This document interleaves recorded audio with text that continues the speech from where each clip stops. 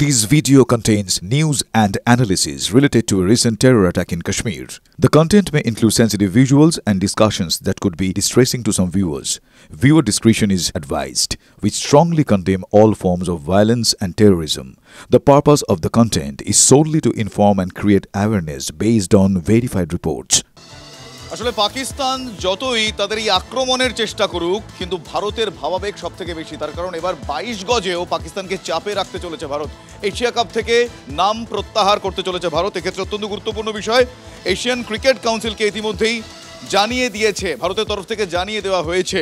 অন্যতম কারণ যেটা জানতে পারা যাচ্ছে, এশিয়ান ক্রিকেট কাউন্সিলের প্রধান পাক মন্ত্রী, তাই এই টুর্নামেন্ট ভারত খেলতে চায় না। আমার সহকর্মী কৌস্তব এই মুহূর্তে আমার সঙ্গে রয়েছেন। কৌস্তব, পাক মন্ত্রী এশিয়ান কাউন্সিলের ক্রিকেট কাউন্সিলের মাথায় রয়েছেন, যে কারণে ভারতের এই সিদ্ধান্ত এবং ভাবাবেগ তো বটেই, কিন্তু ভারত তো এবার এশিয়া কাপের তারা আয়োজক, তাহলে সেক্ষেত্রে ভবিষ্যৎ কি এই টুর্নামেন্টের, কি বোঝা যাচ্ছে?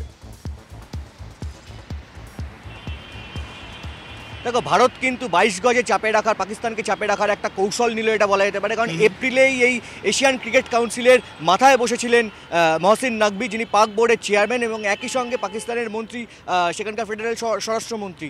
ভারত এবারের এই টুর্নামেন্টের আয়োজক। এবার ভারত যদি এই টুর্নামেন্টে না খেলে, তাহলে এই যে ভারতে যে টুর্নামেন্ট আয়োজন, সেই আয়োজন টুর্নামেন্ট কিন্তু আয়োজন করা সম্ভব নয়। কারণ যে স্পন্সরশিপ এবং ব্রডকাস্টাররা রয়েছে তারা কিন্তু পিছিয়ে আসবে, এবং তারা যদি পিছিয়ে আসে তাহলে কিন্তু এই যে ভারত, পাকিস্তান, শ্রীলঙ্কা, আফগানিস্তান এবং বাংলাদেশ, এই যে 5 যে পূর্ণ সদস্য রয়েছে এশিয়ান ক্রিকেট কাউন্সিলের, এরা এই এশিয়ান ক্রিকেট কাউন্সিল থেকে এই যে টাকাটা আসে এই ব্রডকাস্টিং থেকে, এবং সেই আয়ের থেকে কিন্তু 15% লভ্যাংশের 15% কিন্তু অর্থ যায় এই 5টা ক্রিকেট বোর্ডে। সেক্ষেত্রে কিন্তু বড়সড় আর্থিক বিপদের মুখে পড়বে এই মহসিন নাকভি নেতৃত্বাধীন এই এশিয়ান ক্রিকেট কাউন্সিল।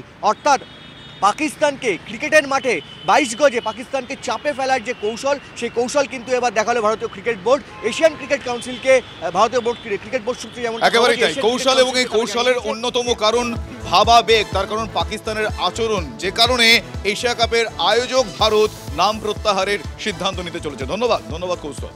এবার দেখাবো আপনাদের আবারও বেআব্রু পাকিস্তানের জঙ্গি যোগ। লস্করে তৈবার অন্যতম শীর্ষ নেতা আবু সাইফুল্লাহ ওরফে সাইফুল্লাহ খালিদকেও একেবারে এর আগের যে উদাহরণ সেই মতোই মেনে রাষ্ট্রীয় মর্যাদায় শেষকৃত্য দেওয়া হলো পাকিস্তানে।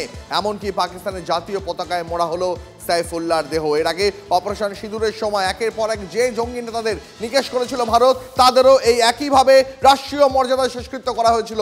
গতকাল পাক সেনায় ঘেরাটোপে খুন শীর্ষ লস্কর জঙ্গি আবু সাইফুল্লাহ। তাকে অজ্ঞাত পরিচয় বন্দুকবাজরা মাথায় গুলি করে মারে।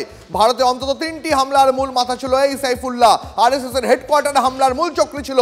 অপারেশন সিঁদুরের পরে যেভাবে পাক জঙ্গিদের রাষ্ট্রীয় মর্যাদায় শেষকৃত্য করা হয়েছিল, সেই একই কায়দায় এই সাইফুল্লাহকেও পাক পতাকায় মুড়ে জানানো হলো শেষকৃত্যে শ্রদ্ধা পাকিস্তান সেনার তরফে।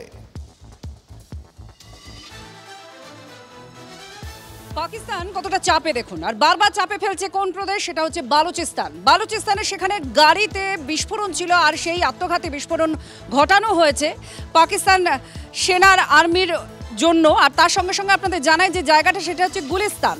এই হামলার দায় স্বীকার করেছে তেহরিক-ই-তালিবান পাকিস্তান। পাক সেনার সঙ্গে টিটিপি সদস্যদের গুলির লড়াইও চলে।